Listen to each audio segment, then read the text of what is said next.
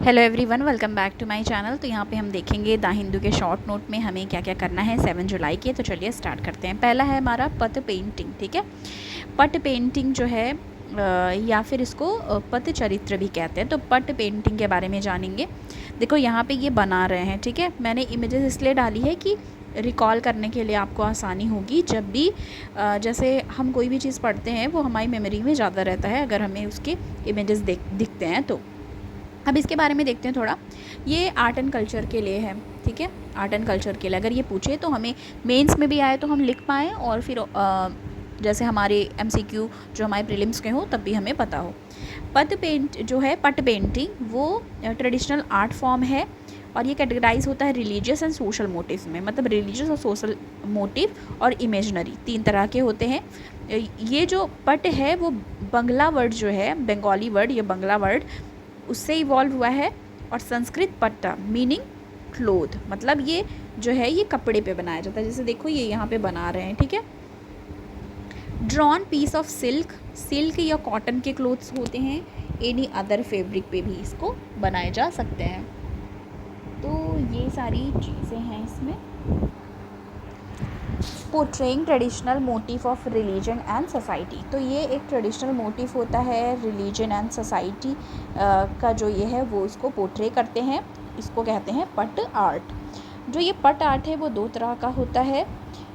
एक होता है बोर्ड शीट पे बनाते हैं, फोल्डेड क्लोथ्स पे। एंड आई आर्ट जो होता है वो शॉर्ट पीस ऑफ फैब्रिक पे बनाते हैं।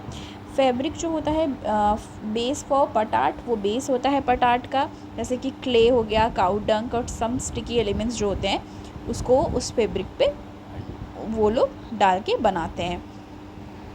पट आर्टिस्ट जो होते हैं वो उनकी जो रिलीजियस मोटिव्स होती है बनाने के लिए, गॉड एंड गॉडेस को भी बनाते हैं, पौराणिक स्टोरीज़ बनाते हैं, जो भी पौराणिक स्टोरीज़ होती है और श्लोकास। अब देखो इसका एग्जांपल यहाँ पे है। देखो गॉड एंड गॉडेस बने हुए हैं और ये इस तरीके से यहाँ पे बना रहे हैं। तो इस तरीके से हमको ये वाला देखना था। और पिक्चर जो होते हैं, picture illustrate religious and spiritual symbol. तो religious and spiritual symbol and folk society. Narrative type क्या है, folk painting is still being practised by, तो इसको अभी भी प्रैक्टिस करते हैं पर्टिकुलर चित्रकार जो पेंटर्स होते हैं। जैसे कि ये कम्युनिटी होती है जो वेस्ट बंगाल में और बांग्लादेश में। ओरिजिन इसकी अननोन है अभी। साइंस एंड टेक का नेक्स्ट टॉपिक है डार्क पैटर्न। तो डार्क पैटर्न के बारे में हम देखेंगे। डार्क पैटर्न के बारे में हैरी ब्रिंगनल ने इंट्रोड्यूस किया था इस फ्रेज को, जो है डार्क पैटर्न, और ये कब किया था, 2010 में। टू कैरेक्टराइज्ड, क्या करने के लिए, कैरेक्टराइज्ड करने के लिए deceptive strategies use to trick client. Dark pattern जो है वो रिफ़र करता है डिज़ाइन और user interface technique that is intentionally crafted to manipulate, deceive user to making certain choices or taking a specific action that may not be their best interest. Deceptive practice में क्या क्या आता है, employed to influence user. मतलब ये वाला मैंने उस पर तो अच्छे से बताया हुआ है, फिर भी यहाँ पे बताते हैं। तो डार्क पैटर्न क्या होता है, कई बार जो ई कॉमर्स साइट हो गई या फिर बिजनेस पर्पज़ से लोग क्या करते हैं, मैनिपुलेट करने के लिए यूज़र्स को डार्क पैटर्न का यूज़ करते हैं। जैसे इसमें क्या होता है कि एम्प्लॉयड टू इन्फ्लुएंस यूज़र, मतलब इन्फ्लुएंस करने के लिए यूज़र को। मतलब एक तरीके का ये क्या करते हैं, बेनिफिट हो इनकी कंपनी को, तो उस चीज़ के लिए वो मैनिपुलेट करते हैं, इन्फ्लुएंस करते हैं यूज़र्स को। Department of consumer affair and ASCI, जो डिपार्टमेंट है, department of consumer affair and SCI, उन्होंने आइडेंटिफाई किया है इस इशू को और recently taken certain step to handle it. और एक चीज़ और है, कंज्यूमर अफेयर जो है, डिपार्टमेंट ऑफ कंज्यूमर अफेयर, उन्होंने क्या किया है, वार्निंग दी है जो भी बिजनेस ऑनलाइन बिजनेसेस हैं उनको, कि वो ऐसा ना करे, मतलब ऐसी प्रैक्टिसेस ना करें जो मैनिपुलेट करती है यूज़र्स को और उनकी चॉइसेस को। तो ऐसा ना करें, इसके लिए भी वार्न किया गया है। नेक्स्ट हमारा है हाई सी ट्रीटी के बारे में, जो कि ज्योग्राफी प्लस आईआर के पॉइंट ऑफ व्यू से हम इसको देख सकते हैं। यूएन ने अडॉप्ट किया है marine biodiversity area beyond national jurisdictions, BBNJ, या फिर इसको हाई सी ट्रीटी भी कहते हैं। इसमें बताया जा रहा है बिकेम थर्ड एग्रीमेंट, बन चुका है ये, approved under UNCLOS after 1994 and 1995 treaties. Established international seabed authority, मतलब इसमें क्या किया गया है, इस्टेब्लिश किया गया international seabed authority and fish stock agreement.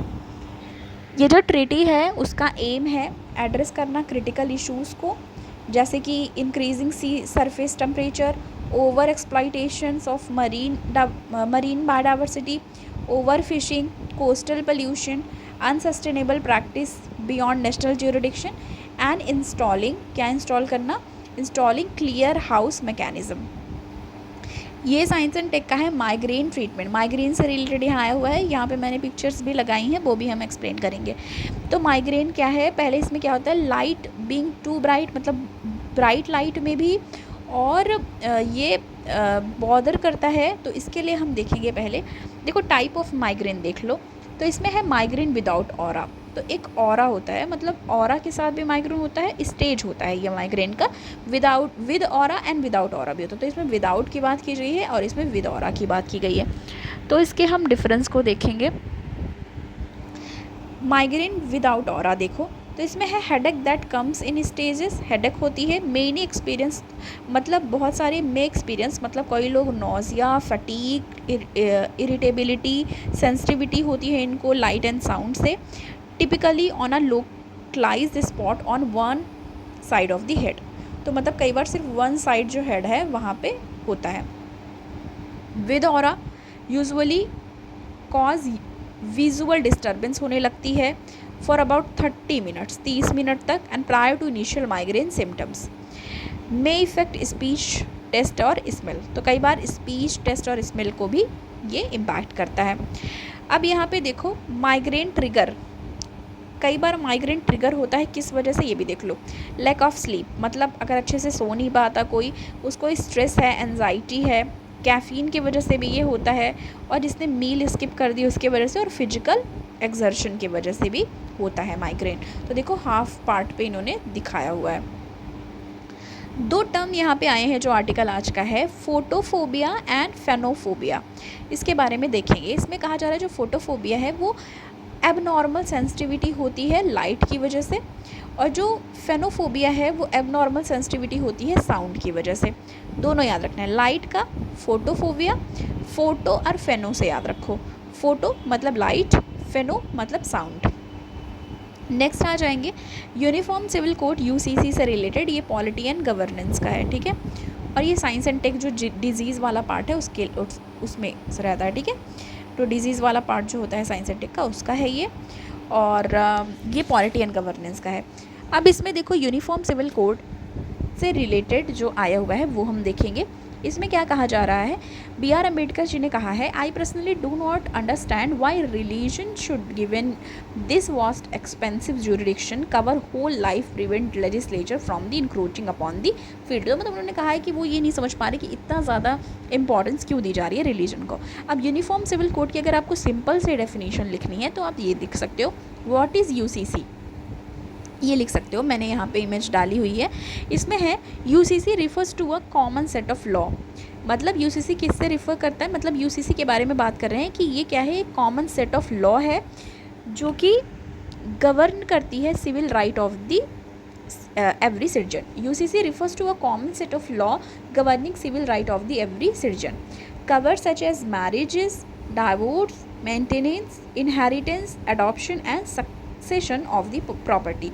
तो ये यहाँ से इम्पॉर्टेंट आपको है, याद रखना है ये वाला, ठीक है।